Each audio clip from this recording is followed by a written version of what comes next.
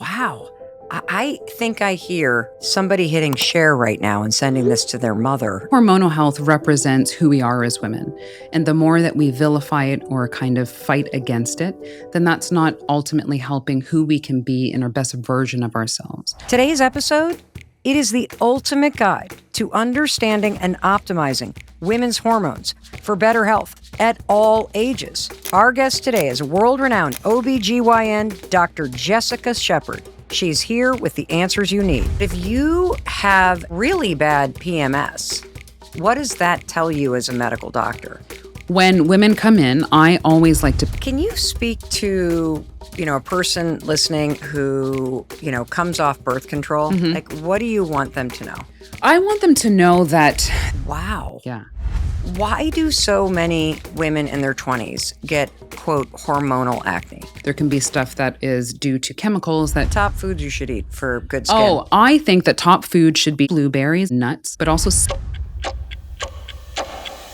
Hey, it's your friend Mel, and welcome to the Mel Robbins podcast. I am so excited that you're here. The conversation that you're about to hear is life-changing.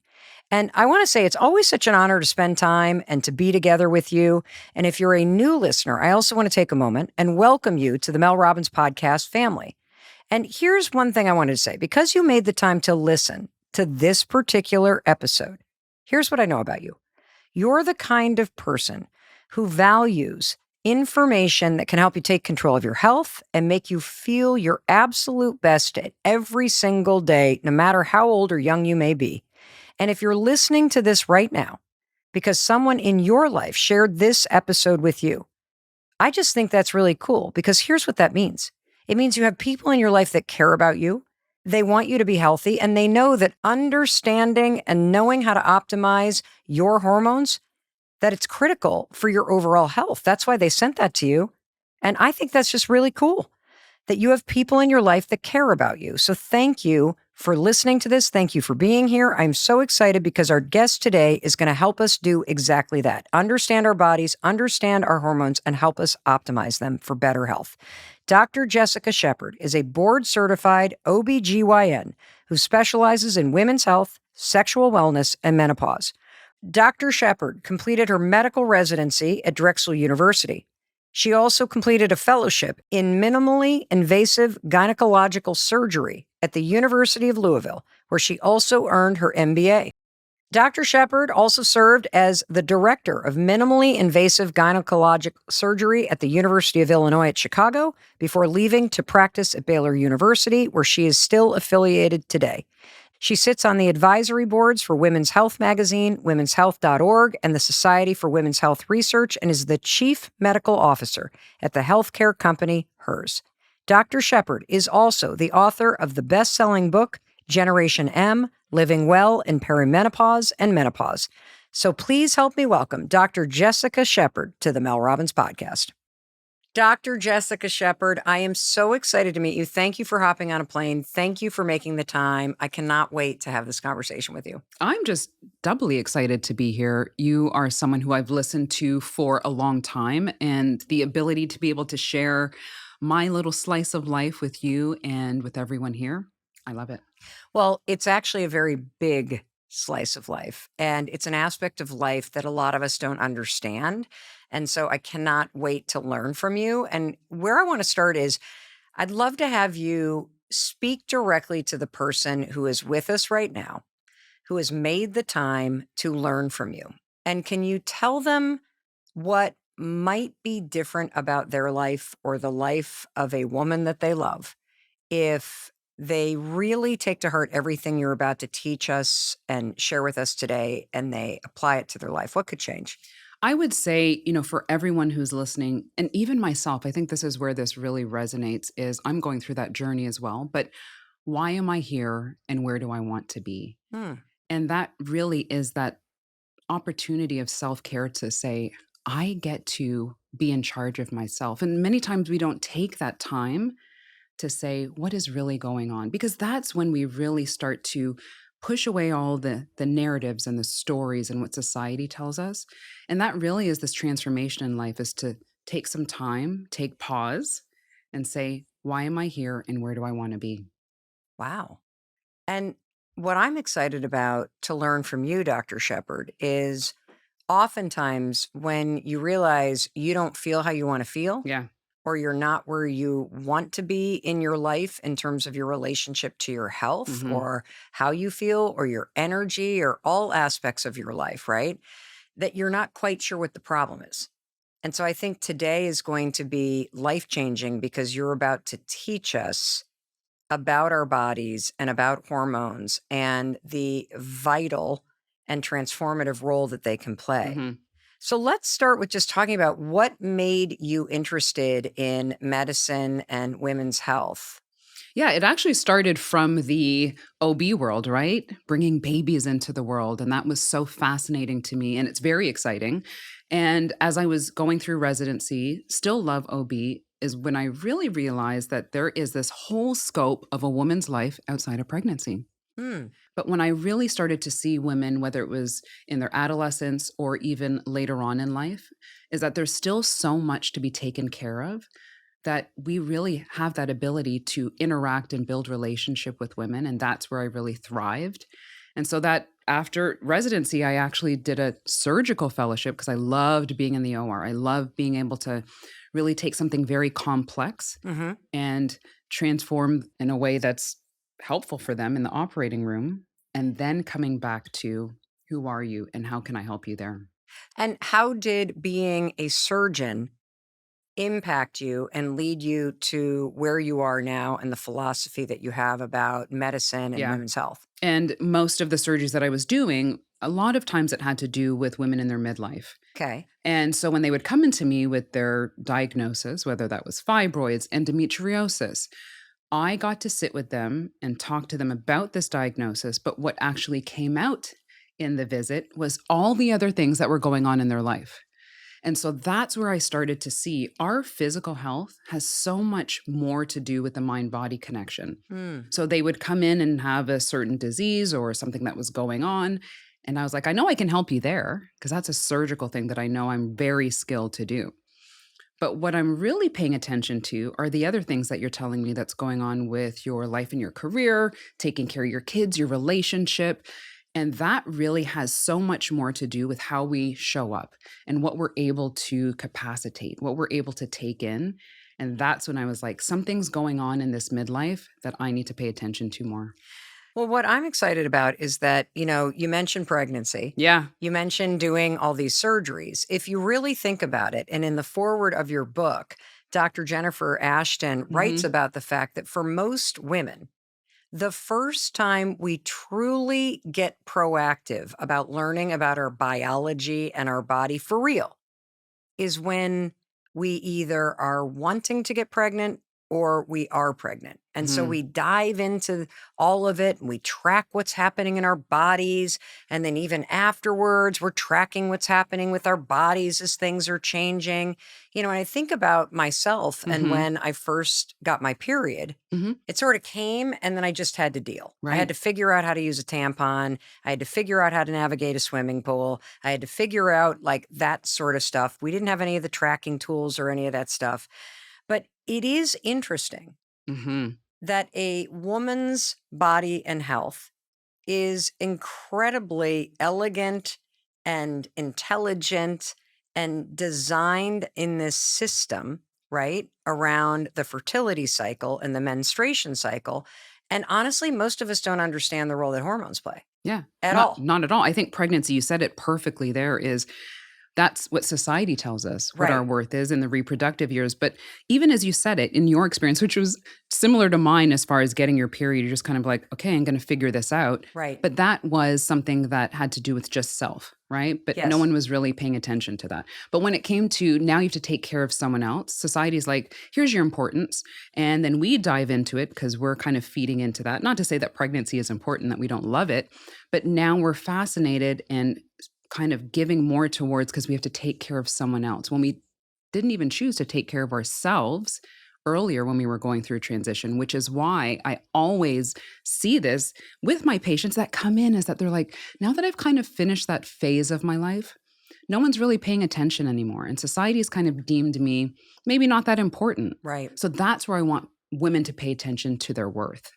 Yeah, and I'm so excited to dig into the role that hormones play in your health. And on that point about women really thinking about this, and if you are listening and you're one of the millions of guys that listen to the show, this is a really important conversation to listen to because it's going to help you understand the women and young women in your life, but it's also a resource that you can send to them because women are not little men. That They're is what not. Dr. Stacy Sims loves to say. And understanding the unique physiology and biology is critical. And we're going to talk today about how hormones impact your skin and acne and hair and thinning hair and growing hair in places that you don't want, Yeah. how hormones impact all kinds of health conditions. And what I find to be very exciting is that finally we're at a moment where there is a lot of attention and education around menopause, but that's like 50 years into a woman's story. Truly understanding the role that hormones play, what they are, Yeah. it impacts every aspect of your life. And, one other thing that you made me think about is that when I think, for example, just one human being ago, so just think about our moms. How, hmm how old are you? I am 47. Okay, great. So I'm 56. Yeah. If I think about our moms, they typically grew up in a generation where the messaging, at least in kind of like the 60s and 70s, was okay, you got to do it all. You got to look good. You got to also keep the house together. You got to be able to take care of everybody. There was zero messaging about taking care of yourself. Oh, no, that wasn't part of the memo. No. And in fact, if you look at any of sort of the marketing and advertising and television shows that our mothers watched, there was no one helping them. No. They just had to do it all themselves. And so no wonder our moms neglected themselves. hmm No wonder we don't really understand that putting ourselves first is really a skill that you need to learn.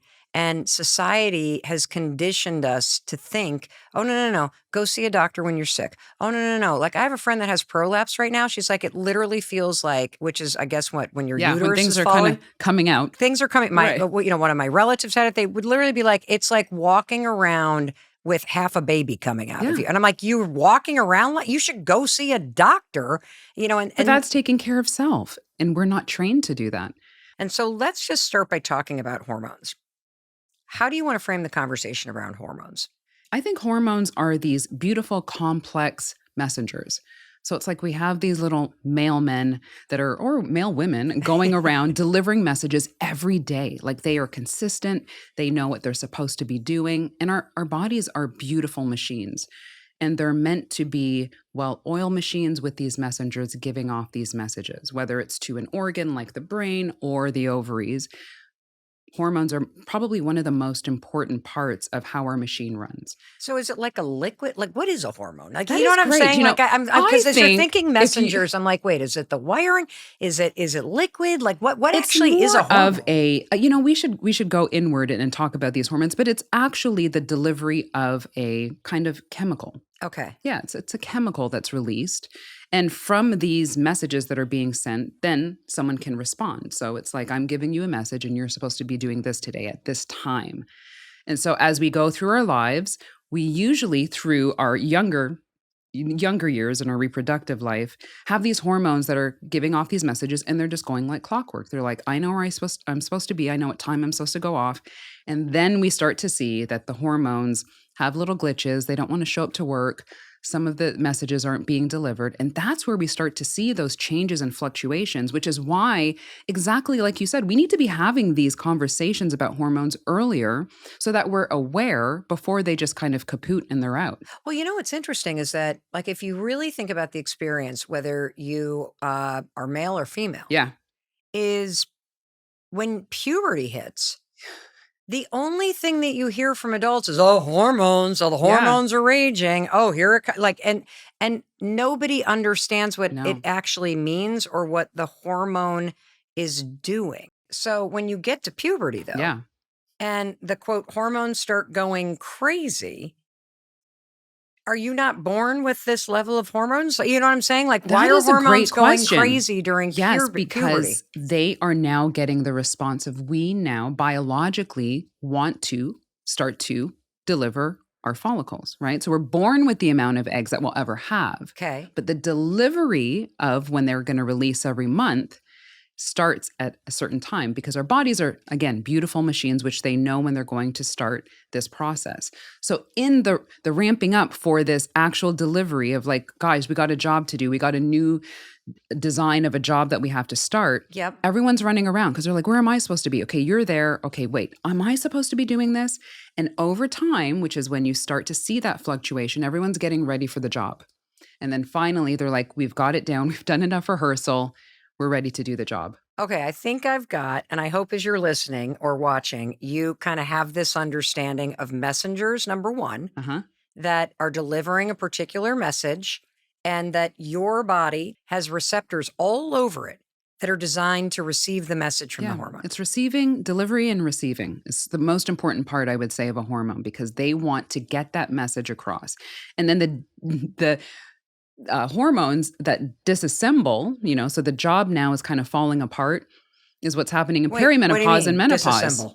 Well, when we go through a hormone decline, which is the opposite of what we're doing when we're getting towards puberty and adolescence, perimenopause is they're like, biologically, we're not going to be doing that delivery system anymore. We're going to slow down this project now. And people are like, okay, well, then I'll come off here. I'm just not going to show up to work anymore. And that's when you start to see the fluctuation of what happens to hormones in the perimenopausal phase. So they're kind of saying that job that we used to do for 30 plus years of giving off an egg at a certain time, every part of the month, we're not really doing that anymore. And so that's when you start to see the offloading of what happens with hormones, which is why we now experience all those symptoms in perimenopause. Got it. And does the same thing happen to men if they experience low testosterone? They do, but their decline is much slower over a longer time frame. Gotcha. And so that's why you still can have men who are in their 70s and 80s still, being able to have or, contribute sperm and you get pregnant. But we no longer can after a certain age, which is why women experience menopause. Gotcha. Okay. So I would love to break down each time period in a person's life and kind of understand exactly what's going on with your hormones and what hormones matter the most during that period of time. What are the key hormones that you need to actually understand are important and play a role in your health? Well, all hormones for men and women obviously play that specific role. But when we speak to just women and how they're going to experience life, I think that's the best way to frame it is how are you experiencing life? What's contributing to the factors that really are kind of key and specific to women? I would say estrogen, progesterone, and testosterone, as well as our thyroid hormones. But men do have thyroid hormones as well as estrogen and testosterone. We just have it in different levels. But for women, I would say estrogen, progesterone, testosterone, and our thyroid hormones. And can we group the thyroid hormones together, or are there a bunch of them? They're kind of like cousins. So they're kind of like in separate pods, but they're kind of in the same neighborhood and really contribute towards each other. But estrogen, progesterone, and testosterone. Okay, so estrogen, progesterone, testosterone. Yeah. Now, we hear a ton about cortisol and serotonin, and that's a hormone, right? Yeah, those are hormones. Okay, and some other ones who I now can't remember. But are they as important? They are for important. Understanding when it comes to women's health, or is it important for us to just start with estrogen, progesterone, and testosterone? I usually like to categorize it as maybe if we were to say our menopausal, metabolic, and mitochondrial hormones. And so cortisol is really, I like to put it in the metabolic kind of family of when we talk about hormones because it has such a broad impact on our entire body system. And what does metabolic mean? So metabolic means the things that function in how we regulate the activity of our entire body. So metabolically, we would say if you have metabolic hormones that are being shifted, that's usually when we talk to insulin and glucose and how our body is able to absorb glucose, utilize glucose as a fuel.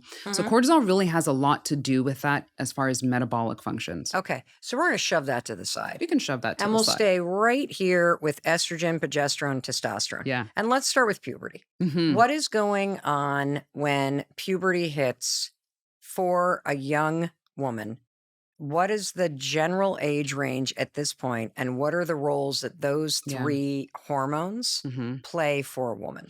So I would definitely say what we have started to see, over the last few decades is typically when we start our period, that age has become younger. Why?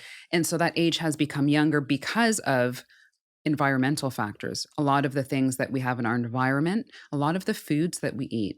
So it actually is something that we should be researching in a way of why is this happening? And is this something that has implications on our life later on? And when I say later on, like your 50s and I would think they're so. out, absolutely. You know why? Because cortisol, which we kind of bring it back into the conversation a little, has a lot to do with, is this the reason why we're starting to see our women or young girls starting to have their periods at a younger age? And so what's happening is you're starting to have this onboarding, right? We talked about this complexity of our bodies and the systems and how it's being regulated.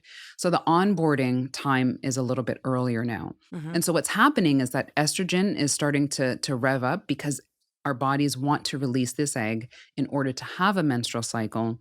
And so it starts that process earlier. And estrogen and progesterone are going to be those key hormones that are going to filter into when am I going to be high? When am I going to be low, right? We talked about how they're coming into themselves as a system and a bodily function in order to accomplish an event, which is Got your it. menstrual So, cycle. what is the role of estrogen? Estrogen really, I like to call it our vitality hormone because we really see when we look at our menstrual cycle, or even when women come to me and they have changes in their menstrual cycle, we typically like to say, how is estrogen functioning? And as a vitality hormone, what is it contributing? Maybe it's a little bit too much here or a little too little. And Mhm. how can we alter it in a way where you can get back to your normal rhythm or your normal menstrual cycle? So it builds up when we're starting our period, and it really is creating your body's in default actually to get pregnant, which is the whole reason for your menstrual cycle is to conceive and to get pregnant. Is it important as a woman hmm to understand that your entire health and the way to think about your health, you really have to embrace that the natural intelligence of your body, the baseline is it is designed as a baby making machine. I would say biologically, that's what, if we were to look at it just from like key Just like framework. I'm just literally like just like Absolutely. your tongue is designed to taste, your Absolutely. legs are designed Yeah. to move in a certain Yeah. way, you're like that you hmm are designed with I would sort of this say biological imperative. And I'm only it's saying that, you know designed what I mean? biologically to do that function. Yes. What I want to make sure that we understand is it doesn't necessarily mean that we have to do that. Oh, of course. Right, Of right. course. But I think that society does teach us that that's what you're designed to do and that's what you're supposed to do. Yes. Yeah. The reason why I'm kind of taking a highlighter to that is because we know that, of course, Uh-huh. because you have a period that you have to deal with. But if you really start at a baseline and you say to yourself, okay, women are not little men, Mhm. and our bodies, all the way down from chromosomes to the way our muscles are to the way the hormones work, our bodies are completely different. Yeah. And understanding that it is designed to work on this cycle, and the cycle is driven by hormones, is the base of all health, correct? And I would say that once you understand that, then you can embrace it for what it is Okay. and And not work fight with it. it. Right. And work with it and not work against it. Okay. So before you get your period, this is going to sound like the world's dumbest questions. Do you have estrogen? You know what I'm Yes. saying? Like, is this stuff like Everyone in is your body? born with the amount of hormones or the hormones that we have. How they function changes during the life cycle. Wait, you are born with the amount of hormones you have. Well, not the amount, Oh, but you okay. have the hormone. Okay. Gotcha. How they function Gotcha. changes over the course of our lives, which is Okay. why we see those changes at adolescence and then perimenopause. Gotcha. So even before you have a Yeah. period, you still have estrogen, Mhm. testosterone, and progesterone in your system. It's that when you start getting your period, those hormones Yeah. flood into the system in order to bring this developmental phase online. And that's why I love the body. It is so complex, but so elegant because it was always there. But the need for it to do the job that it was designed to do at that time in your life, that's when it knows I need to start doing this. So it's the onboarding. But that's what I love about the kind of basic fundamental part of the body. And that's why we should embrace every part of our lives. So you said that the average age Hmm. is getting younger and younger. And one Yeah. of the reasons is the food we eat Environmental, and ultra processed cortisol. foods and Yep. And cortisol cortisol as stress. well. Stress. And that's where cortisol is our stress hormone, and it responds to stress. And so when we have stressors that are showing up earlier in our lives, a lot of it has to do with the experiences that we have, environmental factors, and food. Then that's why we're starting to see that girls are starting to have their periods much younger. Is that because cortisol confuses the kind of design of the body in terms of when it's time to bring this online? Or, It's or is more it the food? it's more so that the cortisol is responding to these stressors Mm, and then onboarding much too early or much too high of a level mm. than when it's supposed to. Oh, Hmm. gotcha. Yeah, it enters the scene when it shouldn't be. Yes. And we're like, you're not really supposed to be appearing at this part of the script, but you're here. And so Yeah. now we were going to respond to you. Gotcha. Yeah. So, what are some of the issues Hmm. that happen during that window? Because, I can think about it seems like so many young women also now have complicated cycles, whether it's lots of cramps. And so, what are the roles that estrogen, progesterone, and testosterone are playing in that window in the teenage years up to 20? So the roles that they're playing is getting the body ready for this now 30-year or maybe 20-year thing that they're going to be doing. Okay. So that's when you start to see like the breasts enlarge, you start to see hair growth, right? You start to see changes in the external genitalia. And that has a lot to do with how the hormones are responding. It's getting the body ready and also to do the thing that we talked about, to get ready for pregnancy. And that's what the body has the capacity to do in your reproductive years. And so that's when women start to see changes in their moods. How many times have you heard, adolescent girls and going through puberty? Again, yes, that mood is there because our neurotransmitters, which are also hormones, are responding to these changes when we start to onboard our estrogen, progesterone, and testosterone to do the function of the period. So, when you move into your 20s, what's going on with hormones? Hormones are at this point should be functioning very consistently. We know what our job is. We're having a cycle.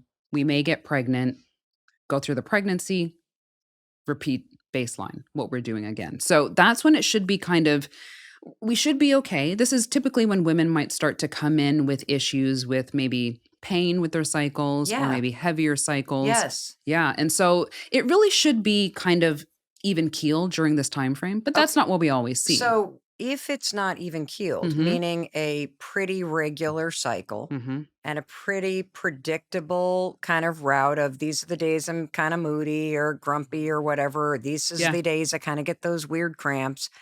But if you have an irregular period or you have heavy bleeding or you have really bad PMS, what does that tell you as a medical doctor?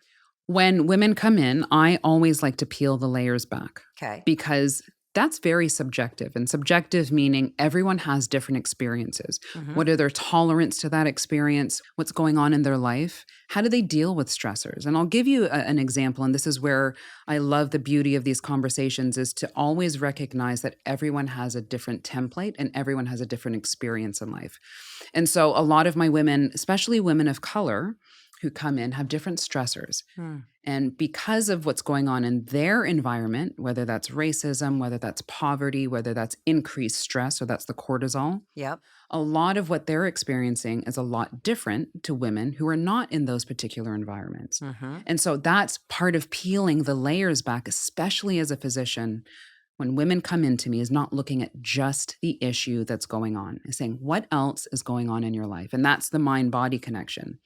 And so when we are able to look at those factors versus maybe it's a food issue, there are a lot of foods that can change how our hormones respond. Like what foods change how your hormones So respond? your processed foods, your foods that have high glycemic index, that have a lot of sugar, a lot of soft drinks. I do see a lot of my patients who are in that time frame. When I look at their diet, I'm like, let's start here. Because for me, that's a lifestyle change that can impact you greatly. And I don't necessarily have to put you on a medication. So that might be a better way of looking at it. And also with exercise. Exercise does have a beautiful way of releasing other chemicals and hormones in our body that can help regulate our period, but we have to utilize that. And then also stressors. What's going on in your life?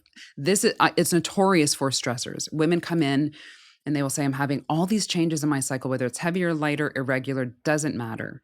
I will always ask them, what's going on in your personal life? What's going on in work life? And again, when we have that session, that's why OB-GYNs are actually usually said that they're also psychologists, because we absorb a lot of what's going on in their life when they come in for a visit. I think it's fascinating that stress in your life Yes. and the food that you're eating impacts the hormones in your body. Categorically, and I will say that like emphatically, because our lifestyle and how we conduct our lives on the outside with those factors of food, nutrition, exercise really does change the game. And that's why we are starting to see when we get into later life or even in midlife that that is also a very important part of what your body's going to be able to do. Your body can only do what you give it. And if we're not giving it the things that it can thrive, then that's when it's like, I may not be able to perform at my best ability. Where exactly is estrogen made? You know what I'm Estrogen, saying? yeah. So I'm starting to think now, okay, now wait a minute. So, I mean, it makes sense Hmm. that if you're going through a breakup or you're, a person who is subjected to chronic bias and, racism, or Yeah. you're under a tremendous amount of stress because you're caring for somebody, um, or you're just constantly eating terrible stuff. Or I think about somebody that I love deeply who had a Hmm. very big issue with an eating disorder and just destroyed their gut health. And I can't even imagine the kind of stress that they put themselves under. And I mean, of course, it would impact your like it. Yeah. When you explain it that way, Dr. Shepard, it makes a lot of sense. But why do these things impact estrogen and progesterone and testosterone? I'm so glad you asked this question because what does it have to do with the mind? Because the brain usually is the control center for a lot of hormones. Hmm. So it is the one that is going to tell the ovary, I need you to kind of give off a little bit of estrogen today. We're going to give off this much. We're going to dial it down on this day because we're getting ready for ovulation. All those different messages are usually generated from the brain. So imagine what happens with our neurotransmitters when we undergo stressful situations, whether it's something that happens when you're crossing the street and you almost run over by a car Mm-hmm. versus exactly what you said, a stressor in life that's really taking over all your thoughts, your everyday life. That your brain can respond to that in a way where it's trying to help you cope with that stress. But what happens is when we have stress, the brain can't give off the message to all the other hormones in the way that it could when it wasn't as distracted. And that's why we have to, as physicians, get better at mind body connection. It makes so much sense. Yeah. And what's sad is, your period gets irregular, or Hmm. you start, having massive cramps, and then you think that you need some medication, and you're not looking at the underlying factors, because I never understood that stress or eating ultra processed food or basically starving myself to be skinny is going to, of course, impact the hormonal functioning of my body, because I'm confusing it with all Yeah. these things. Yeah. Why do so many women in their 20s get, quote, hormonal acne? Yeah, hormonal acne, again, when we think of there's different types of acne. Just there can be stuff that is due to chemicals that maybe, you're using on your face that are not the best, but usually a lot is hormonal. And you can actually sometimes tell by where it is on your body What? where you're getting, yes. So most hormonal acne can be mostly in kind of the area right under the eyes or the chin. Yeah. Why does it go there? Because when we're thinking of where the hormones, you have receptors all over your body Okay. that respond to hormones. And so the receptors that maybe respond more to estrogen or testosterone, there's going to be features or areas on your face that are going to be more prone to the actual area of the breakout, right? And so when we think of what kind of spurs on these changes in hormones, which will then trigger hormonal, a lot of it has to do with testosterone. Testosterone has a lot to do with sebaceous glands, right? So our sebaceous glands are the ones on all parts of our body that hold the oil because we need Okay. oil, your face, that's how our body functions. We need oil secretion. But when there's a buildup of those areas and in the glands, can be an increase in testosterone as well, which then elicit the buildup of oil, which then you get bacteria and then you have acne. Wow. Yeah. And so do you see this a lot with 20-year-olds? I do. They come in, and usually what is the best way to treat them? So it's a great relationship we have with dermatologists, because they'll have these patients come into them. And a lot of dermatologists will actually send the patient back to an OB-GYN, because typically we will put them on birth control pills to kind of help quiet down this kind of overwhelm of hormones, and it Uh-huh. responds to that. And a lot of it has to do with the testosterone feature of what's being elevated, what's creating that message being sent, and then you have the outcome of the hormonal acne. Wow. Yeah. Can you speak to, a person listening in their 20s or 30s who, comes off birth control Mhm. and then has a lot of issues after? Like, what do you want them to know? I want them to know that the body is really trying to get to homeostasis. And homeostasis is just that kind of perfect balance that the body needs to be able to do the functions that it wants to do. Now, when we're on birth control, the goal of birth control is to somewhat suppress or kind of decrease the activity of your hormones that your body naturally produces. Okay. And when it does that, it is doing the job of what it's supposed to be doing, is preventing pregnancy by decreasing the suppression, or rather the release of an egg, right? Your body's in default to get pregnant every month. Right. So it wants to release an egg. So what happens to all those hormones in your body if They're it's still there. suppressing? It's They're still there. They're still doing what they're supposed to be doing, but the birth control is kind of keeping it a little bit more suppressed, so it can't Okay. do the function it wants to do. Okay. So when you come off, now you're lifting off this veil that was always there and suppressing. So now your hormones are like, we can go back to what we were doing. And it's trying to find that homeostasis. And sometimes you might have highs, sometimes you might have lows. So what might somebody expect, and Yeah. what would you say, Dr. Shepard, is a good amount of time to give your body to, like, okay, what's happening here? Immediate gratification is usually what we want when it comes to our bodies. And I Yep. always am coaching my patients to give their bodies grace. And when I say that in a time frame, that may Yeah. be 3 to 6 months. I've Okay. had some patients who may take 9 months to a year to kind of regulate and get back to what they used to be. But just like after pregnancy, we always want our bodies to kind of be Bounce back. perfect, Right. like 8 weeks after. But our body doesn't function like that. And so, even in the perimenopausal phase, going through these changes, we need to give our bodies more grace and time to do the thing that it's designed to do. But we can't push the agenda as quickly as we would like. So, 3 to 6 months. Usually I would say give it that time frame. And when they come back in, I'll be like, well, where are we? Because remember, it's a gradient. They Right. may see, that they're improving over 3 to 6 months, but maybe not getting all the way back to where they were. And so maybe we can push out time a little bit more. Okay. And, it's interesting because I think about the fact that so many young women Hmm. go on birth control. Right. And, you do it for a number of medical reasons, which I am in full support of. But is there anything that we should be aware of Hmm. if you have been on the pill or you're taking one of the coded IUDs Right. for 2 decades of your life? And then all Yeah. of a sudden you're like, okay, let's stop taking the pill. Let's take out the IUD. Hmm. And you've been doing this hormone suppression for 15 or 20 years. Yeah. You are going to see changes. And a lot of that has to do with we were not used to seeing what the body was naturally doing Mm, for that long. So now when you're exposed to it, you're like, this is off putting or this is weird. But really, the body may be like, oh, I was kind of doing this all along. We just weren't really aware of it because we had some suppression. So that can be changes in how your cycle comes back. People may experience that it's heavier, or maybe they are having longer cycles in duration. And that may be because the birth control is kind of not doing what it wanted to do. yeah. You also may see changes in skin. You may also see changes in hair. What changes do you see in hair? So hair, you can start to see that maybe they're going to have more thinning or falling out of their Really? hair, because Why? it's the shift in the hormones, right? So it's not that there's something wrong all the It time. feels like it's wrong when there's Doesn't literally it? like a dust ball When on there the is a drain. clump of hair in your Yes. hands, it does feel so wrong. And what the body is trying to do is get back to that homeostasis, right? So But why are you losing hair? because it's the shift, right? So you were suppressing your hormones with this birth control. And now that you're lifting it off, it can skyrocket back to what it wanted to be, right?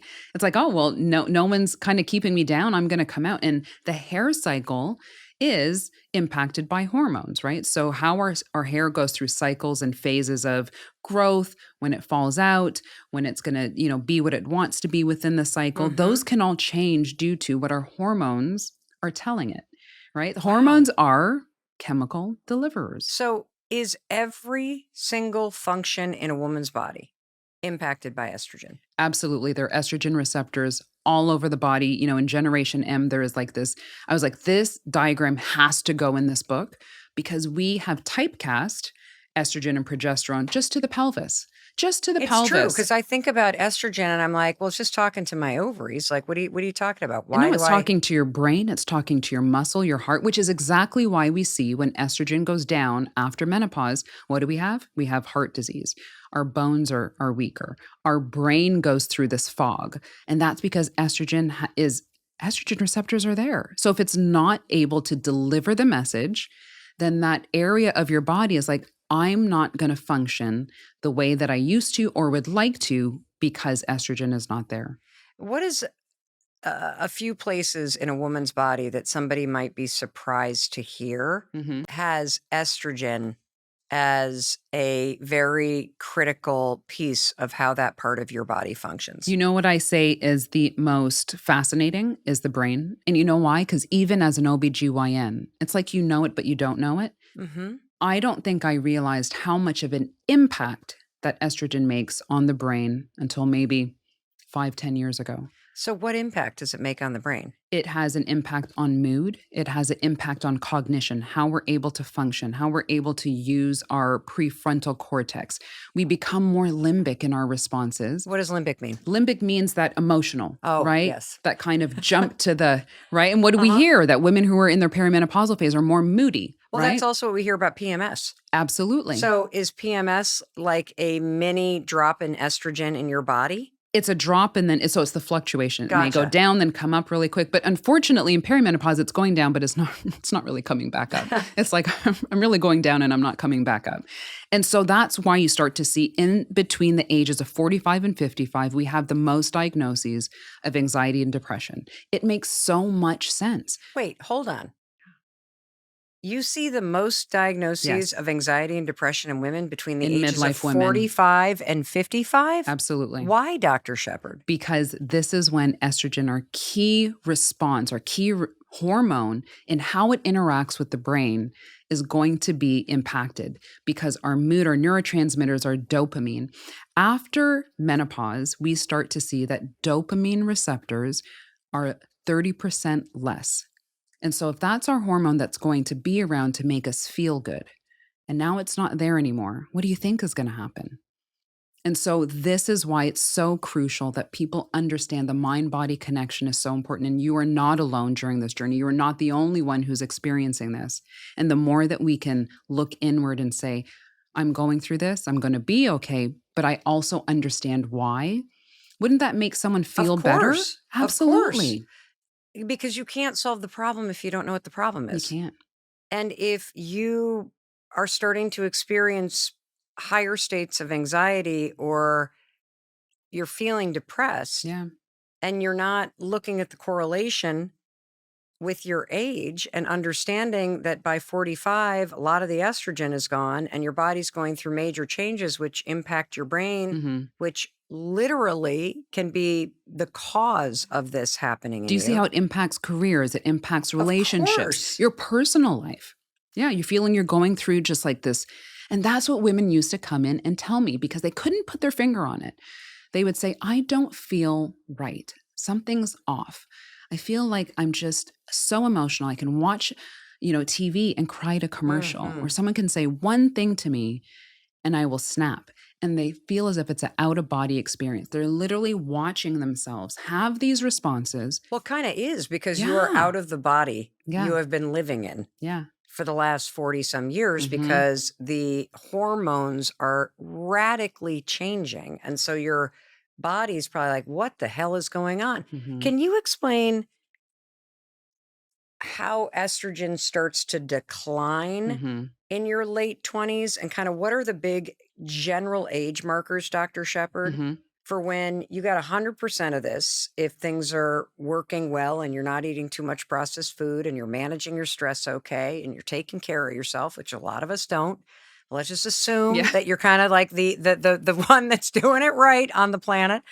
What age, Dr. Shepard, do you start to see estrogen decline or progesterone or testosterone Yeah. in women? Mel, this is why this conversation is so important for a 20 and 30-year-olds. Okay. So let's bring it back to the reproductive phase, right? So Yes. our body's designed to do this. We know in the reproductive phase, as OB-GYNs, we start to see a change and a decline in egg quality and the ability to get pregnant spontaneously after the age of 35. Okay. And why do you think?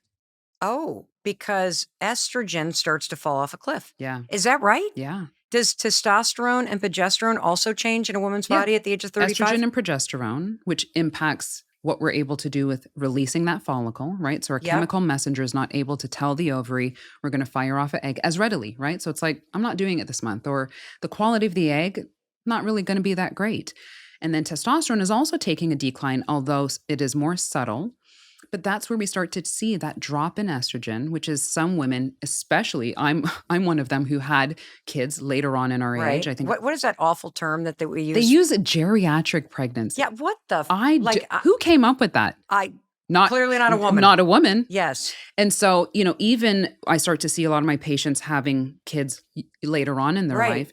What happens is usually after they deliver, they start to experience the perimenopausal kind of symptoms, hot flashes, night sweats, mood changes, because they've kind of entered into that phase just like very quickly after delivering their children. Wow. So at 35, hmm do you know the percentage roughly of how much estrogen kind of Well, functioning is left? Well, what we do know is looking at it from a pregnancy perspective Yep. in the ability to get pregnant after the age of 35 versus after 40. And then 42 is another marker when we're thinking of fertility, of when it really starts to drop off. And so the ability to get pregnant in your 20s Mm-hmm. is much more than in your 30s. And then after 35, it does take a drop. Then again at 40. And 42 is usually when we start to see another decline. Wow. Yeah. Well, it's so helpful to understand this against the backdrop of, from an evolutionary perspective, what a woman's body is actually designed to do from, like a physical and Mhm. biological standpoint. Yeah. And when you look at it that lens and you understand, I was researching something else and was kind of gobsmacked to consider that in the 1920s, the average life expectancy in America was 27 years old. Isn't that crazy? And literally just like a couple people ago, like 50 years ago, the life expectancy was in our 50s. Mhm. And we've gained 30 to 40 Yeah. more years in the last 5 to 6 decades based on, improvements in health and sanitation and Mhm. medical research. You know what we haven't accounted for? That gap in life expectancy with now estrogen still gone. And that's why we still see women living longer. Yes, that's great. I'm all for Yes. that. But we're living life in poor quality of health. And we're seeing these health measures of what women typically, they have more dementia, they have more osteoporosis, they have more heart disease. Number one killer of women is because that estrogen was gone, but we're still living longer. This is so important to understand because I think what we do as women is we throw our hands in the air and Mhm. say, well, there's nothing, why is this that and all this stuff? But when you look at it across the historical perspective Mhm. and the fairly recent life expectancy jump. So when we look at life expectancy, we Yep. know that women are typically was used to be 57, 58 was the life expectancy, but what is the average age of menopause? 51, 52. So it makes sense biologically that estrogen is kind of tanked Yep. and the life expectancy of what the body is able to do because Right. estrogen is not there 50 or 60 years ago. is going to be at Not a problem. Not a problem. Makes sense. But now we have improved with science, technology, nutrition, sanitation to our 70s and 80s, but we have not accommodated the body to function without estrogen. Wow. It's almost like, if you have a car How and you don't have any gas in it. Yeah. How is it going to You just got to keep driving it, Mel. Just keep driving. Just hit the gas harder and stop complaining, Right. and it'll work. But isn't that the analogy of what we're told to do? Just Yes. keep going. I don't care if you feel crazy. I don't care if your bones are breaking. Just keep going.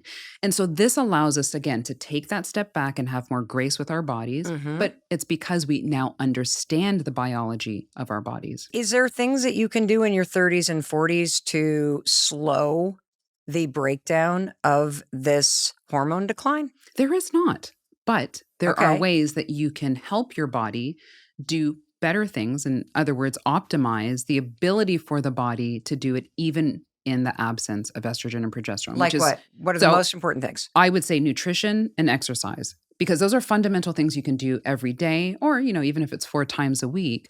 But those are things that are giving our metabolic health and our mitochondrial health the best ways that they can function, even in the absence or the decline of some of these hormones. So that's going to be paying attention to decreasing your processed foods, your sugar, because your body just doesn't respond to it as readily as it did in 20s and 30s, which I would not advocate for people just because they're 20 and 30 to eat these types of foods, but then also exercise in weight training to be able to build that muscle up so it can utilize the glucose better, so that your body's just not sitting with the glucose. Do women that have children Mm-hmm. after 35 tend to enter perimenopause or menopause earlier? It's not necessarily that they're entering it earlier. It's that we do have a significant change of hormones in pregnancy. And what we do see is after pregnancy, so in the postpartum phase, Yep. you're going to have that shift again, trying to get back to homeostasis. Mhm. Which And- you have taught us, Dr. Shepard. You got to give your body grace. Give your body grace. 9 months to a year it could take till Yeah. you feel like yourself again. So if you think that's 9 months postpartum, 9 months typically for a pregnancy, that's Mhm. almost like a year and a half time frame. Mhm. And so in that year and a half is where you start to see that now they're entering into the natural kind of fluctuation on the decline towards menopause. And so it does seem a little jarring or quick, but really the body was already on its way. Gotcha. And now we've kind of distracted our body or ourselves from what was happening because we were pregnant. And then after, your body's like, well, I was still going in this direction. I'm going to continue to go in that direction. So we've covered what happens at 35, 40, and 42. Let's talk about perimenopause. Medically speaking, Dr. Shepard, what does that word mean? And what is the kind of typical age range of women that covers? Well, that would be me. I'm perimenopausal, proud of it. But perimenopause has been more of a confusing term, I think, Yes. in what we've seen in this menopause surge, Uh-huh. because menopause is very clinical in its definition. But perimenopause is confusing because it can last anywhere from 3 years, 7 years, 10 years, because everyone's different in that decline and fluctuation. But it's truly when our hormones, estrogen, progesterone, and testosterone, are starting to go down and shift down, and you start to have these symptoms here or there. Some people may not have symptoms. I mean, wouldn't Some that start people when you're do. 35? Some people, I have had patients, and I would definitely say sometimes I'm like, wow, you are pretty young, but I'm never going to take that experience away from them, that they may start to experience symptoms of perimenopause. So what are the symptoms Yeah, so of this- perimenopause and what Mhm. physical changes happen Yeah. when you are in that zone that I'm just going to put a big Mm-hmm. hoop here, Yeah. like 35 to 50-ish. Yeah, I would say that it- this could be the zone that you're in. This could be the experience in the time frame. So I would definitely say hot flashes and night sweats kind of here or there. People will be like, did I just have a hot flash? And then you may not feel it again for months. Mm. Definite change in weight. I've had so many women who come in and being like, I'm doing the same 2-mile run. I'm doing the same elliptical for an hour. And now the weight's going absolutely nowhere. Irregularity in periods. That's where we start to see lighter, heavier. Now I have 2 times a month. Now I skipped 3 months. Then it came back. And a lot of that has to do with that fluctuation. Remember the car assembly line? Some people didn't show up to work that day. They're just like, I'm not doing the assembly line. Or the car that you've been driving is Yeah. starting to sputter. It's sputtering. Yes. And so those start to happen through that time frame. Why do we gain weight in the middle? Like, why do we get the back fat and the fanny pack in the front and all the things that you've been doing? And all the things that you're not asking for, quite frankly. Yeah, and like the flappy ass arms, like you don't have those, but like I would have like these meat wings. It didn't matter how often I was doing triceps. Yeah. It still doesn't work. But why did we gain weight there? So we gain for multiple reasons. Again, it's never just one thing. So our fat cells do respond to estrogen. We know that there are estrogen receptors all over the body. Because there's estrogen in every part of the body. Right. So think about when you're pregnant and you do gain weight. That's for a safety reason, to kind of cushion the body to accommodate the pregnancy, right? So fat cells do respond to estrogen. I thought it was because I was eating my way through the entire well, day and the baby may have was been growing. some of the reason, but we can blame it on the fat cells. But there's accommodations into how they respond. So they can shrink, they can get bigger, they can migrate, and then they can usually go back. So typically after pregnancy, a lot of people will go back to the way that their bodies appeared before. In perimenopause, that response, remember we said chemical messengers, but if there's no estrogen, the receptor is there waiting for it. It's not responding. So fat cells can enlarge, but maybe they now don't have the capacity to shrink. Oh, wait a minute. So you have estrogen receptors in your triceps and in your fat cells and in your muscle. Yeah, but there's certain fat cells. Like I think everybody listening can go, yes, Mel, it's true. It's like every pair of pants fits different. So that's the migration. Didn't fit. It's literally.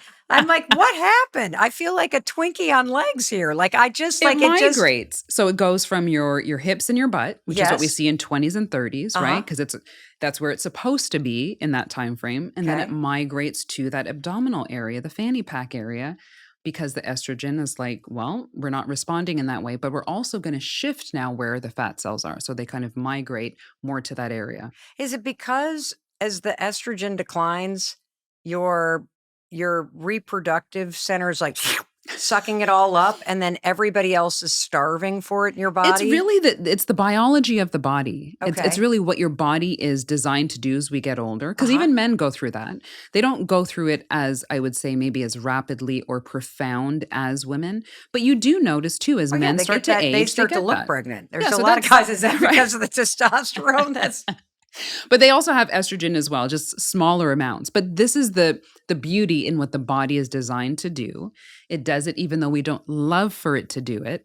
But it does happen during that time frame, a lot to do with estrogen and also our muscle. Our muscle starts to decrease as well. So if you think of like a pie graph. Why does our muscle start to decrease? Yeah. So this is, again, because estrogen receptors are in the muscles? Are in the muscle. And when your muscles are getting estrogen, your muscles stay strong? Right. Well, not necessarily strong. Strong is more of like a power kind of force thing, but the actual muscle mass. So the amount. Wow. So how does keep going? I'm sorry. No, think of a pie graph. Like Jesus. Okay, go ahead. If you think of a pie graph and maybe most of it was filled out with muscle and a little bit of fat content there in the pie graph. As we start to age, that pie graph shifts and we start to see the fat increase. I don't want it to increase. I know, neither do I. This is not what I want either. But the muscle mass starts to decrease as well as the fat mass is increasing. You know what's crazy about this is that when you go through it, you literally, like what I'm getting from this conversation is that the composition of the body itself is changing. Absolutely. Because the hormones have changed. So literally, I love that image of a pie chart, because if you think of a whole pie, and if for a lot of your life as a woman, the majority of it was kind of muscle mass, but then as estrogen declines, that freaking wedge starts to get smaller and smaller. Yeah. And now fat's there, and you didn't do anything different. You didn't do anything different. Wow. Yeah. And so we have the ability. You'd asked earlier. This is not fair, Dr. Shepherd. It is not fair. Do something. You know what? Like, help us. Right? Life is not fair. And this is one of those things that you're like, if we could maybe take this part out. But you'd said it earlier about, is there a way to, maybe stave off this kind of hormone change? We can't, but we can fix the pie graph, which is why I say that weight training. Okay, I have a crazy question. Ask. Is anybody researching whether or not it's possible to have women continue to have a period like for the rest of their life? Most women listen are like, I don't want to have a period for the rest of my life. But I literally am like, if I will have no brain fog and I'll keep my muscles and there's no flesh fanny pack down there and I'm not an irritable bitch, I would take a period. Actually, there is research that is actually mentioned in Generation M of how do we prolong, not necessarily the period, how do we prolong the durability and duration of estrogen, right? We talked about that gap. Your own estrogen versus hormone replacement therapy. Correct. How do we keep the ovary alive in the sense of allowing it to still emit estrogen on its own? Okay. And that's where the research is really looking at. Because what did we say? There's a gap. Life expectancy, because estrogen was down. Now we're living longer. If we could fill that gap with having estrogen around naturally, then there is a likelihood that we would start to see decline in outcomes. Decline in heart disease, decline in osteoporosis, decline in dementia. And that would be an amazing, innovative way for us to have better quality of life, even though we're living longer. Have they done any studies? And I realize hormone replacement therapy had issues, because if I understand it correctly, when it first came out, there was like a bunch of junk science that has been disproven that scared people. Yeah. And now all of those old claims have been basically refuted. And so for the vast majority of women, it is a extraordinarily safe and life-changing medical option. And for women who have a certain risk of cancer or a certain health history, it is not an option. But given the kind of limited scope of wide range use, has there been any research that suggests that women that are candidates for hormone replacement therapy and who do take it have lower risks of dementia and osteoporosis and heart disease? Absolutely. So I'm glad we are in this day and age in science where we can definitely say that there is an impact in how women live their lives and decreasing their risk of death. In osteoporosis, I'll start with osteoporosis because when we actually look at the recommendations, even from the Menopause Society, which when they say, if you take HRT, this is what it's going to help with. Now, we know that it helps with the symptoms of menopause, hot flashes, night sweats, etc. But when we look at bone health, it is actually proven that estrogen impacts bone health in a good way, obviously, but it's not our first line of therapy. They haven't said it's a first line of therapy. If someone comes in and they're like, I have osteopenia, which is like weakening of the bone, that I should say, you should automatically go on estrogen, but we know it helps. So that is there for osteoporosis. Now, dementia, brain health, which to me is like fundamentally one of the biggest parts. Let me ask a question. So if we know though that when there is a complete drop off of estrogen, that it spikes a woman's risk for osteoporosis. It doesn't take somebody, like, no offense to people who are just wildly brilliant like you are, but common sense, it tells you clearly there's a connection, because we don't see women in their 30s getting osteoporosis. Absolutely, which is why I think that's where we need to challenge. I'm like, why on earth wouldn't medical societies immediately put somebody on estrogen if they're a candidate for it, if they are starting to decline in bone? That just seems like stupidity. I would actually echo exactly what you're saying, because even in the clinical space, we need to do a better job at saying, we know this is data, and we should be encouraging our patients to consider, because the goal is not to say that everyone has to be on it like it's mandated, but to give you the data, the literature, so that you know the reason why, and you get to make that decision for yourself. But if I'm not giving you that information or that choice, you may not even know to make that decision for yourself. Let's talk about dementia. What does the research say about the impact of hormone replacement therapy, giving women estrogen, and the outcomes with dementia? Now, that was one of the studies when they looked at the WHI, which is 20 years ago. And now we have so much better research that links estrogen depletion and decline and what that does for later on in life when we look at dementia. So I'll give you numbers that make sense. When we look at Alzheimer's and neurodegenerative diseases, 70% of those cases are women.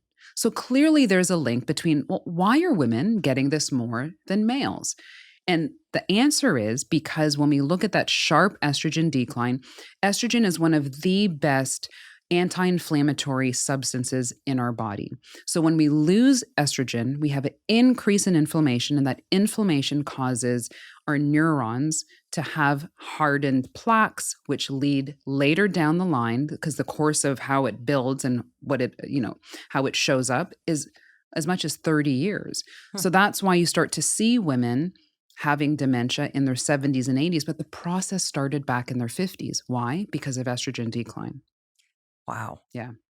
Can you share just the data on HRT? Because you, when you're in perimenopause, Mhm. are you a candidate for HRT?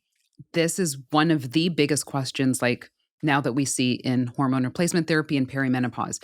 What we used to do, and this is again when I was training, which was about 15, 18 years ago, is that we would wait till women reached menopause. It's like they almost had to prove it. They would come in buckets of sweat, and I would be like, well, when was your last period? And they're like, well, it was 5 months ago. And I'm like, so sorry, can't offer you HRT.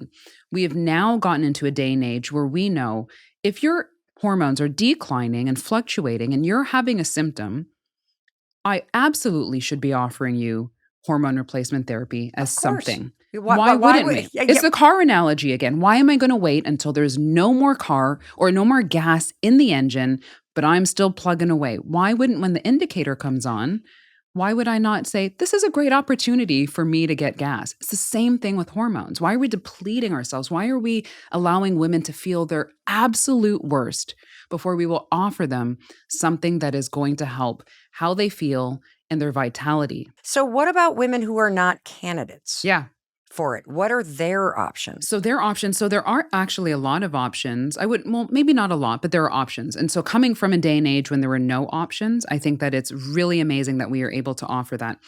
I think that the list of who cannot take hormone replacement therapy is probably good to go over Yes. so that everyone can make sure that if I am or not, I need to know. Great. So this would be someone who has a personal history, right? They themselves have had breast cancer and specifically a hormone receptor positive type of cancer, right? It responds to hormones. So the reason why I kind of double down on personal history is that there is a lot around breast cancer when we think I've had a family member, a cousin, an aunt. That doesn't put you in the same category as having a personal history of breast cancer. So not all breast cancers are the same. Correct. And just because you've had breast cancer doesn't mean you're automatically not a candidate for HRT. It's a very nuanced conversation. Okay. And you definitely should be talking to your doctor specifically about what type of cancer that you've had, the course of cancer that has taken on your Mhm, life, but also the age of when you were diagnosed and what that means. Okay. And the second thing is if you've had an pulmonary embolism, you've had a clot in your lung, Mm. or even if you've had maybe a very large event of a clot somewhere else in your body, it has to be pretty significant for you not to be a candidate for hormone replacement therapy. And why do those two things make you not a candidate for hormone replacement That's a therapy? great question because of the hormones and the response of the body, whether it's the clot or the breast cancer, Uh-huh. that introducing hormones again may precipitate or cause another event like that. Gotcha. So based on your personal history, Mhm. and there's a narrow window of Mhm. women who have a particular type of personal breast cancer Mhm. that may make them not a candidate, or if you've had a certain type of pulmonary embolism, Mhm. that you're not a candidate in those cases Right. because the introduction of hormone might stimulate that condition coming back. Yeah. And Got so it. for a clot, you may get another one, and for breast cancer, may cause recurrence. Got it. Yeah. Okay. But even because I think there's also this widespread belief that if you've had any breast cancer history, Mhm. or if you've yourself have had breast cancer, automatically you can't do it. Yeah, because there's a history of has your family had it and been Right. exposed to, and what was that and why? Do you have a genetic predisposition to that same cancer in your family? So Mhm. those again, that should be where that list is being kind of narrowed down when you talk to your doctor. But I want women to, even if they have a family history, that's where the conversation starts. You Because if should you still just exactly, I've ask had about so it. many women who are like, "Oh, I can't do it." Then they just never talk about it. And I'm like, "But what if? What if you found yourself that you can be exposed to it? Wouldn't that be great?" Is there an age where it's too late to start hormone replacement therapy? This is another beautiful question because for a long time from that WHI study 20 years ago, we used to say you can't start hormones if you've started 10 years after your last period, which is clinically, menopause, Mm-hmm. or after the age of 60. Okay. And so we have shifted those, quite frankly. And again, it's a nuanced conversation, but there are plenty of women And we know it's safe to start after the age of 60 and also more than 10 years after menopause, especially that last one I just said. Because what if you experience menopause at 42, 45, which is not typical, but what if you did? And now you're 55 hearing us today and you're like, well, it's 10 years. I can't start hormone replacement therapy. Absolutely, you should be in your doctor's office saying, is this a possibility for me? Well, if you've already pushed through that window, so Mhm. you have not had a period for years Mhm. and you've just muscled your way through this, you're driving that car down the road, no gas in the tank, pedal to the metal, you're exhausted all the time. What might happen if you introduce hormone replacement therapy now? You know what might happen? You might feel better. And Really? yeah, there's so many women who, again, going back to I'm going to numb, I'm not really feeling that, but you are.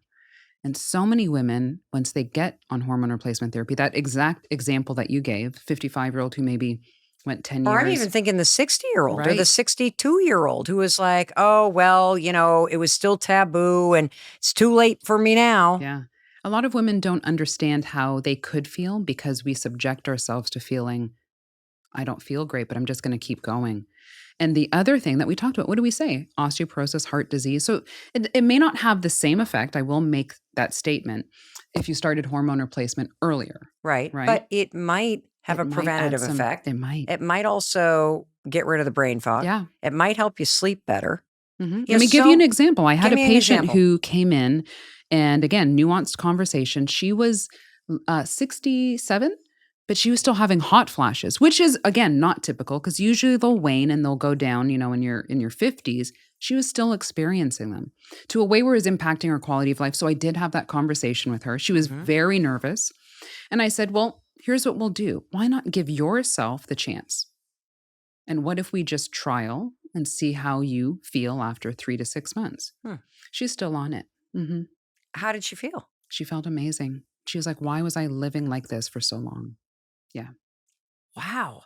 I think I hear somebody hitting share right now and sending this to their mother and Yeah. to their aunt and to so many women who honestly, like, were not served hmm the medical Yeah. care that they And the deserved. diligence. And I think the conversations, because someone else could walk in behind her who's the same age or even Right. maybe younger. And we're like, maybe you're not the candidate, but we had the conversation. Right. But if we're not having the conversation, then there's nothing to talk about. Right. And maybe you are a candidate and Right. maybe you could feel better. And Yeah. wouldn't that be absolutely incredible? Yeah.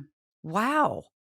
What are other tools Yes. in addition to hormone replacement therapy that women need to understand? hmm I think that this is where, when I talk about grieving the loss of what we used to be, Mm, that's where the mind and body come in. And so being able to modulate how our body functions has a lot to do with what we give it. And so giving it that loving care with looking at our diet, but also alternatives, which I advocate for all of my patients, is things such as mindfulness, meditation. How do we take the brain and allow it to not be as jittery and over processed and overstimulated? Comes with how we are able to teach it to quiet down. Acupuncture. Tai Chi has actually been shown in study to help decrease some hot flashes and night sweats, hmm. vasomotor symptoms for women. And even if you think of the culture of Asian women, if you look at a study, they had their vasomotor symptoms and menopausal symptoms for shorter duration and not as intense. What is a vasomotor? What'd you call Hot it? flashes and night sweats That's are the what we fancy word classify. for it? That's the fancy word for those two. Okay, so when my Vasomotor husband's like, "You just symptoms. soak the sheets," I'm like, "I'm You're having like my a vasomotor vasomotor. system in Yeah, here." Okay. absolutely. And so when you look at Sounds sexier too. doesn't it? It Yes. doesn't like make it so you're like, that doesn't sound, I'm having a vasomotor symptom. is that they have shorter duration and decrease intensity. And a lot of that has to do with their lifestyle, their practice, what Hmm. they eat, what they consume, but how they live their lives, and also the practices that they do with movement of their body and being able to create the mind and the body throughout this whole transition. So there's no way to actually naturally recreate estrogen by lifting weights or taking supplements or doing that kind of thing? No, it's kind of like you're hijacking and bypassing the actual decline in hormones, but using the other parts of the body to elevate those and to optimize those parts of the body to offset what's going on biologically with the hormones. Oh, so I see. So the exercise and the stress reduction and the change in the diet forces your body to make new connections and workarounds Yeah, in the place of the role that estrogen played. right. So So we're if using you our exercise, body. yeah. So if you exercise and you get that incredible flood of neurochemicals, I think they call it, after you go for a walk or after you lift weights or after you do that yoga class, that works its magic in your brain and Right. helps a little bit with the brain fog. Right, because our dopamine and our Got it. serotonin are neurotransmitters, which when we see depression, they are decreased. Okay. You just said when you exercise, you get that flood of dopamine, you get that increase in serotonin, which is going to elevate our mood in lieu of losing hormones. Dr. Shepard, could you talk to us about sleeping? Every one of my friends is having trouble sleeping. Like Yeah. every woman I know in their 40s or 50s, and I have a particular person that I love who has what she calls her little helper, her Advil PM. I'm like, you got to stop taking that. She's like, but I'm taking my melatonin, I'm taking my progesterone, and I got my cooling sheets. Like Yeah. I still can't sleep. What is going on with hormones and sleep? I'll name three that are really categorical to sleep. And the reason why sleep is so important, let's lay the foundation, is that sleep actually is critical for our body in repair and recovery. And if our body's not able to do that, then it cannot function well. So when people have sleep disorders or sleep issues, these are the people that we see later getting obstructive sleep disorder, heart disease, asthma, and also increase in obesity, right? So all things that are going to continue to decrease in quality of life. So now that we have that foundation of why sleep is so important, the three hormones that are crucial for that are going to be your estrogen, your progesterone, and your cortisol. And your cortisol, which I'll start with, has to do with your circadian rhythm, the reasons why we sleep, why we should sleep certain times. And cortisol has releases throughout the night, usually in the midnight and then early in the morning around 5 a.m. Okay. So if your cortisol, remember, these are chemical messengers that work on a time frame. If they're disrupted, And cortisol is highly impacted by your lifestyle and the stress factors. stress, life, and estrogen as well. Okay. Right. So the estrogen decline now gives you hot flashes and night sweats. So now you're waking up in the middle of the night because you're having a night sweat. So then your circadian rhythm, which was impacted by cortisol, is also taking a hit. It's deregulated. Yep. And you're not getting good sleep quality. And then progesterone's the comfy hormone. It likes to relax us. It likes us to kind of settle down and feel good. And so we're also having fluctuations in progesterone. So it can't do the job that it really would like to do, which was give you sleep quality and relaxation. So all of these different turns and like declines, and it's impacting our sleep, which then impacts our health. And that's why we're starting to see that sleep health rather is so imperative, and we need to pay more attention to our sleep. So what do we do? Yes. So this is where we look at repleting maybe our hormones. Hormone replacement therapy can be a vehicle or a tool to kind of get you back to where you need to be hormonally. But then also we can look at practices. A lot of times during that kind of deregulation, our brain, a lot of women will say, my mind just races at night. What And should we just do? ruminating. So decreasing rumination is where we need to do our work, our homework with quieting the brain down. So that is going to be your meditation and your mindfulness, taking the screen away before you go to bed. I'm talking to myself as I say that.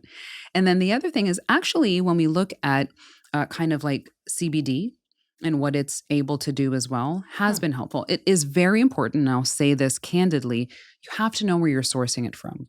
And so CBD, we have endocannabinoid receptors in our bodies, which also contribute to relaxation, is that you have to appreciate where it's being sourced and then seeing, is it have CBN, which is another part of the plant that actually helps with relaxation. So that's another way as well. So mindfulness, that's our homework, making sure, what are you eating? There are foods that are going to be inflammatory and going to kick off that cortisol. So decline in alcohol, decline in processed foods and You're sugar. fired, Dr. Shepard. We're No, I'm just we are kidding. done. It's true, And it's though. not No, and it's not true. fair. No, it's true. If you want to get a good night's sleep, Yeah. don't even have a glass of like it Yeah. is. One of the things though is, do you believe as a medical doctor that you can, through some of these lifestyle changes, boundaries with your phone, not looking at not even having your phone in your bedroom, Yeah. having more of a set schedule, all the stuff that experts recommend, mindfulness. hmm Do you believe you can train yourself to be a better sleeper if you get serious about it? Absolutely. I've seen it through and through. I think that even in my personal life, I was starting to see sleep disturbances. And I had to take a real hard stop and being like, what's really going on? And taking that time to, again, reflect on yourself. And I think that is self care, is sometimes self care, yeah, can be getting a manicure or a pedicure. But how am I going to take care of myself Mm. requires peeling away the layers of saying, am I contributing to the best version of myself or not? And what are the ways that I can do that? And am I going to pay attention to myself? Let's talk about the thyroid. hmm It seems like a lot of people talk about having a thyroid Yeah. issue. What does the thyroid do?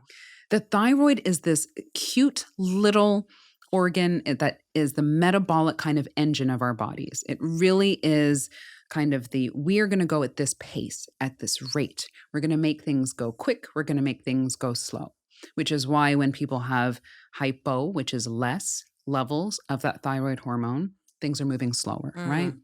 Typically, they'll gain a little bit more weight. They're a little bit more sluggish, have fatigue syndromes. And then people who have too much of that thyroid, they're doing things too fast. It's like this metabolic train is like really pumping. It's like the speed train, and you're like, slow it down.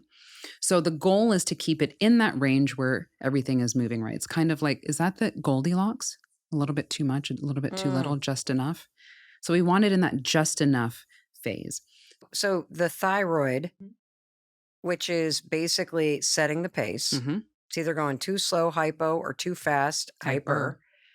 that it impacts hormones because it impacts the rate of release. Right. The rate of release and how quickly things should be going or how slow they should be going. Gotcha. And so when we start to see, you can have heat intolerance if it's too much and cold intolerance if it's too slow. Hmm. So the goal really is to kind of keep it in that homeostasis.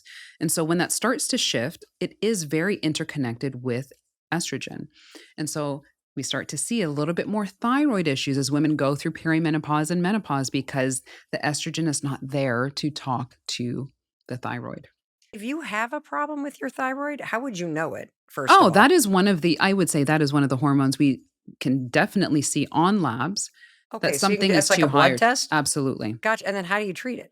So you can treat it either through medication, depending on if it's severely too high or too low. That's when Yep. a patient needs medication to Yep. kind of get it to homeostasis. Then you do have people who have symptoms, and it may not be all the way out of that kind of normal range. That's how you can impact with diet. That's how you can impact with exercise as well. And so it's really important that you understand your body. If it's changing, if something is happening that doesn't feel right to you, to make sure that you see your doctor, because the goal is not to wait until you're like completely just feeling horrible and then now we do have a problem.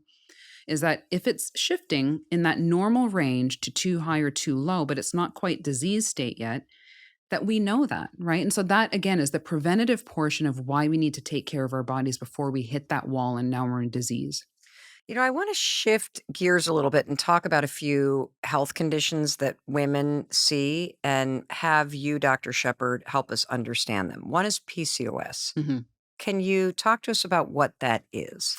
PCOS is one of those, I wish it were termed differently. It stands for polycystic ovarian syndrome. So when we use the word syndrome in medicine, it means it has a variety of different things that contribute to the Mm. disorder. Okay. So it's not just one specific thing. So the reason why it's a syndrome is because it relates to the amount of follicles in your ovaries may be increased, right? So your body's supposed to be doing a certain thing. So I'll give you an example. If it's supposed to say, I'm using arbitrary numbers here.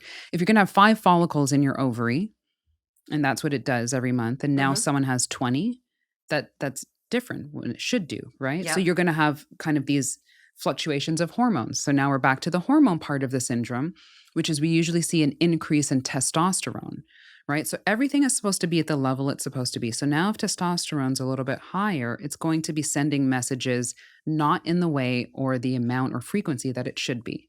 So there's another thing is how we have our cycles, right? So you start to see your cycles be more irregular. I've had patients who have severe PCOS and they won't have a period for like 9 months or a year. And then they'll get one just randomly.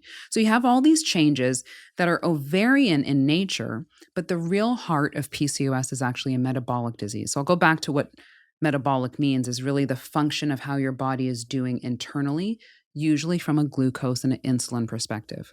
We spend so much time doubling down on the ovaries malfunctioning and it's an issue there, and but really, a lot of it has to do with gut health, nutrition, and insulin and glucose. But do you typically treat it by birth control, or I how do would you say that's typically? what we typically treat it with. Am I a fan of what we typically treat it with? No, because then we're just focusing on the ovarian portion of it. So Mm. many of my patients, I work with functional nutritionists, but I also use that time frame to saying, maybe, so for example, now put you on a GLP, which can then impact your insulin and glucose and then shift the body's ability to function the way it should. Oh, that's so cool. Yeah. Wow. So GLP-1s are a medical tool to help balance hormone and regulate hormones? Absolutely. Well, to balance the insulin and glucose and the metabolic health portion of PCOS. And a lot of times the diseases that we have are from a metabolic perspective. And so that's why when we look at the studies now with GLP 1s, yes, you get the benefit of weight loss or people are on it because they're diabetics. But when we look at the whole body as this beautiful machine and how insulin and glucose can actually shape or maybe not help some of the functions of the bodies, when you're able to, again, get it back to where it's supposed to be, the rest of the body is like, thank you. Now I can do what I need to do. Wow. Let's talk about endometriosis. Yes. What is it, and what are signs that you may be at risk for it or that you have it? So, endometriosis, which is, I'm so glad I spent 10 years being a minimally invasive gynecologist because that's the patients we would see mainly were endometriosis patients, is that it is when the lining, so when we have our uterus, we have that little kind of cavity within our uterus, which is where we shed endometrium in the lining and we get our period. So So, endometrium is yeah, the medical name for the yes, thing that ends up on the pad? that's it. Wow. Okay. I love that you just put that perspective to it, but that's exactly what it is. And so when Okay. you shed the lining, that lining is only supposed to be there in that cavity. What happens is when that tissue may go somewhere else, could go on the bowel, could go on the uterus, it could go Wait, what on do the you mean that bladder. tissue goes somewhere So it else? kind of like trails and ends up in other places in the abdominal So cavity. it's almost like your lining that makes up what is your period starts to flake and float around other parts of your Yeah, body? it can kind of travel in other Really? places, and Okay. when it gets to those places, it causes pain. Most common symptom of endometriosis is pain and also infertility, right? Because it's impacting the other organs in the reproductive system. Now, we do know that it's an underdiagnosed disease. 1 in 10 women will have endometriosis. 1 in 10? 1 in 10. They may not experience it the same, but we are underdiagnosing it. And the other thing is that there is somewhat of a genetic predisposition or a likelihood of getting endometriosis if you had your mother and or sister have endometriosis. How do you treat it? The best way to treat it is to look at it from the root cause, which is estrogen. So, if we are able to say, how can we decrease the level of estrogen that's creating this inflammatory response? So, there are many ways that we can do that. Some people are put on birth control. Remember, we talked Mhm, about mhm, suppressing. mhm. We can also use medications that are specifically designed to decrease estrogen specifically for that reason, for endometriosis. And then some people need surgery. And the reason they need surgery is because it creates these kind of adhesions or these kind of scar tissue in the pelvis. And so that can cause the pain and or infertility. And we can go in there as a minimally invasive surgeon and get those kind of nodules and adhesions out, and that's how the patient can feel better. So there's a lot of different ways that we can actually impact endometriosis, which is why we should be talking about it more. Definitely. Chapter 9 of your best-selling book, Generation M. I love the title, Thin Skin, Thinner Hair. Let Yeah. me read a little from page 169. Dry, irritated skin, bruises, breakouts, too much hair where you don't want it, your face, too little hair where you do want it, your head. These are just some of the changes fluctuating hormone levels can unleash on your appearance. And this is no matter what Mhm. age you are. And this was fascinating to read, that estrogen spurs the growth of collagen, a protein that helps support skin, muscle, and bones. It's essentially the scaffolding that holds everything up. So let's talk about the role of hormones with your skin and with your hair. Where do you want to start? I want to start with skin because we all know when we're in our younger ages that our skin is very kind of, it glows. It has this ability to not have wrinkles. And so as we start to age, which is a biological feature of what we're going to go through, decline in estrogen can't then go to that part of our skin that impacts the collagen, which gives us our ability to be plump, to be firm. And so what do we start to see as we age is decline in estrogen now can't support the collagen, which is the framework of that structure and the ability for our skin to do that. So another example is pregnancy, right? In pregnancy, we usually see, which is a different type of estrogen, but it's a severe increase, right? Because that's what supports the pregnancy. A lot of women will say, my skin in pregnancy and my hair in pregnancy is just phenomenal. And the reason is because there's this amazing estrogen support. When the baby comes out and the estrogen declines, a lot of people are like, now I'm losing my hair or my skin is really, really crappy. That has to do with that balance of estrogen. So now when we're losing estrogen at a decline and it's not coming back, the skin responds. It's like, estrogen's not around. I can't be plump. I'm going to have these wrinkles. My skin is starting to sag a little. And that's because of the estrogen can't contribute to the collagen, which is scaffold. Gotcha. So is there anything that you can do to Yeah. Help with improve your skin. collagen? Yes. So it's the way that you can do it directly on your skin, which Okay. is when now we start to hear more about estrogen creams that you can apply to your skin, right? And then that stimulates collagen growth? So it's the collagen growth, but also the blood flow. Estrogen is a very big proponent of blood flow and vascularity to areas. And that's what we need in order for our skin to look plump and not have the issues that it has, in addition to the collagen, yes. And so then the other part of that is if a woman is on hormone replacement therapy and she's either taking a pill, a patch, a cream, she's now giving her body back that estrogen, which allows it again to have the replenishment of estrogen, which supports our skin. Amazing. Women get marketed to like crazy, and Mhm. particularly for those 20 and 30-year-olds that are buying 50 products and going through a 30-step skincare routine. Mhm. Dr. Shepard, based on the research, what actually, in terms of the products, can help your skin? I think that there is a lot of consumerism. So there's a lot of products out there that are not necessarily going to get you the outcome that you want. Mm-hmm. And so when we look at skin products specifically, I think as we're getting older, we need to look at products that have maybe retinol, retin A, that have things that actually are supporting collagen. Estrogen is one of those things, but it doesn't necessarily mean because something claims to get the outcome that you're going to do it. The other thing that I would say is we have to watch our diet. So what we're inputting into our body has a lot to do with what the skin is able to do, whether that's with foods that are supporting hydration, whether it's foods that's supporting vitamin deficiencies that have a lot to do with what we go through in menopause, but our gut, right? Our gut health is always very impactful for how our skin can respond to. What are the top foods you should eat for good skin? Oh, I think that top food should be obviously your protein intake, which can help your muscle, but also antioxidants. I love blueberries. I don't think that it's a power food and everyone just has to eat a blueberry. But what I do know is it has so many ways that it can kind of fill your day, whether it's a snack, whether it's added to something, that it has the antioxidants, which is also very helpful for our kind of gut health. Mhm. And the last thing that I think is looking at how we use our omega fatty acids is an important part. So that would be like in nuts. I think nuts are a great snack, but also salmon has omega fatty 3 acids as well. So that's important again for our gut health. And again, I think that when we look at our diet, not everyone responds. And that's why I don't love power foods, is some people just don't respond the same way to certain foods. So making sure that you maybe talk to a nutritionist as you go through these stages in life, because your body's going to respond differently, and find out what's best for you. And just don't take everything that you hear and saying that's going to apply to me. When you start going through perimenopause or menopause, do you need to change your skincare routine as estrogen plummets? You should.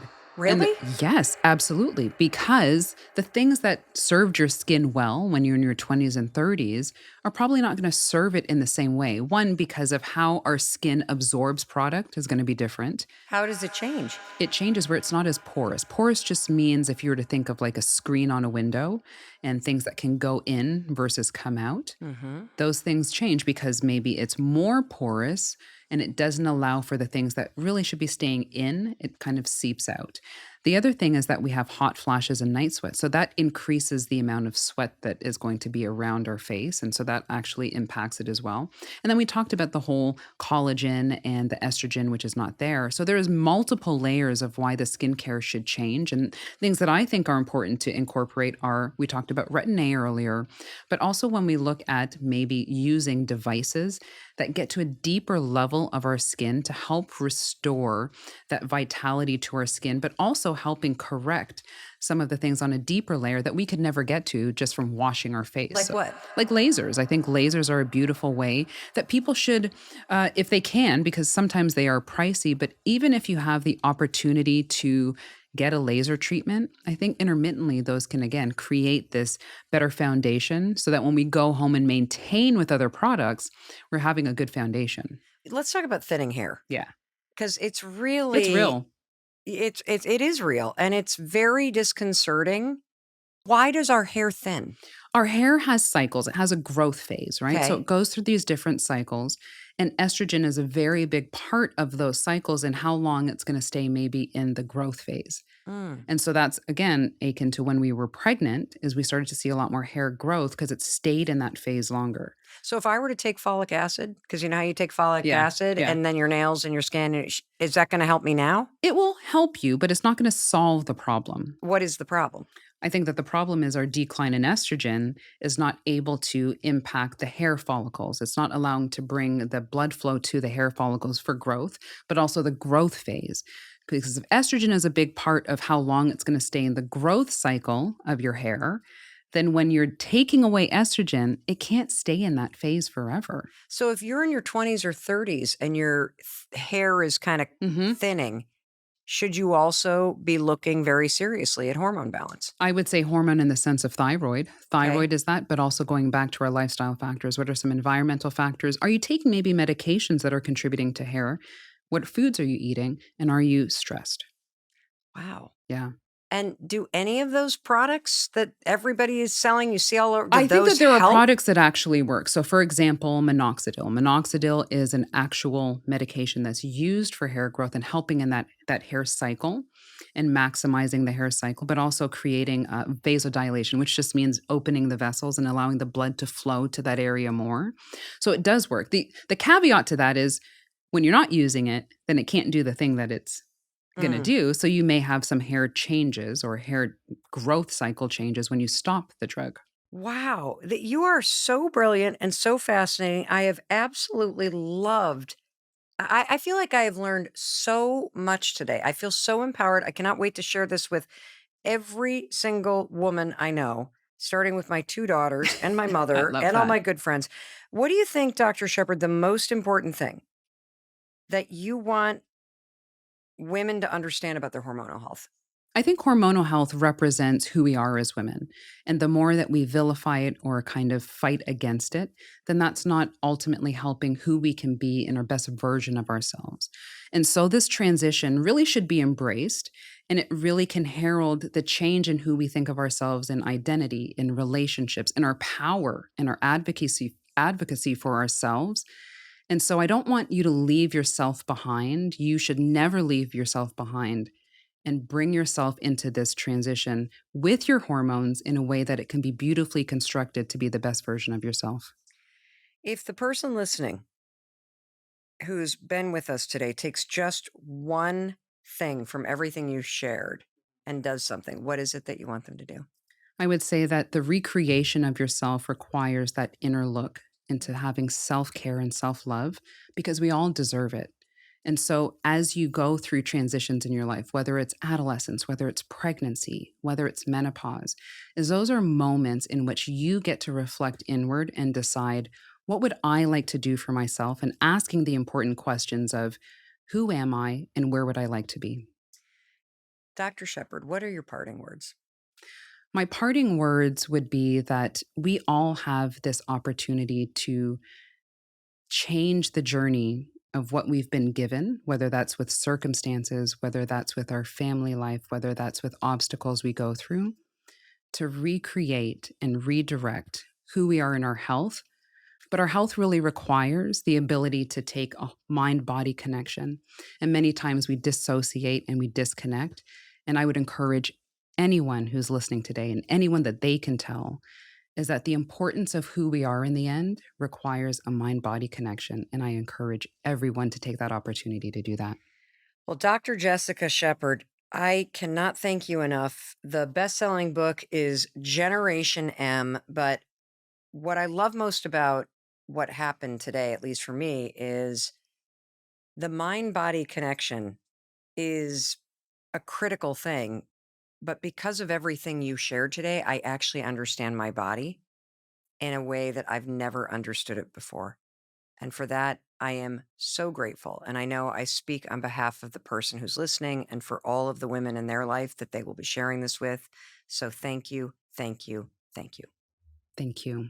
And I also want to thank you. Thank you for being here with us today. Thank you for being interested in your health and your happiness. Thank you for wanting to learn about this. Thank you for sharing this with all the women in your life that you care about.